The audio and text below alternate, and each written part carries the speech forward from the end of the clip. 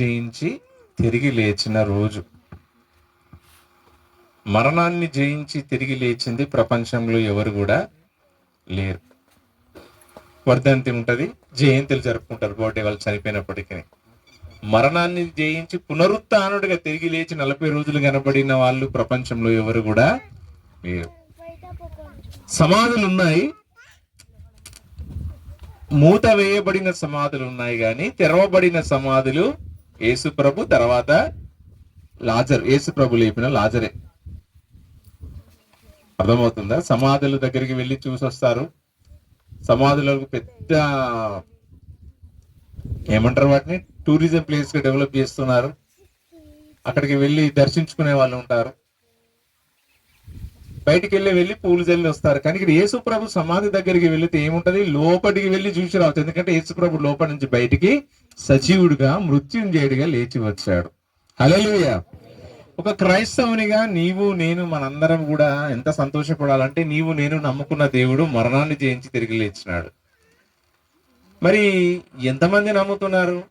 చాలా మందికి ప్రశ్న ఉండవచ్చు. అసలు ఆయన మా పిలాతు కూడా అదే అంటాడు.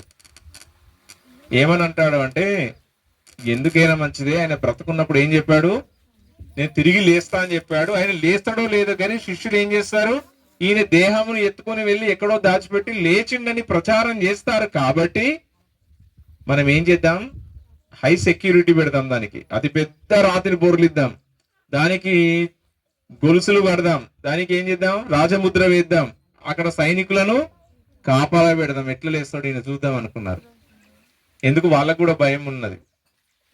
సో అవి ఏవి కూడా యేసు ప్రభువును మరణాన్ని జయించి తిరిగి లేవడానికి ఆపలేదు. ఏమేమి సాక్ష్యములు ఉన్నాయి? అంతకంటే ముందుగా జ్ఞాపకం చేసుకుంటే, గుడ్ ఫ్రైడే రోజున జరిగిన 7 యేసు ప్రభు మాట్లాడిన 7 మాటలు మీరు అందరూ కూడా విన్నారు. యేసు ప్రభు శిలువలో 3 గంటల సమయంలో తన చివరి మాటను పలికిన తర్వాత తన ఆత్మను తండ్రికి అప్పగించాడు.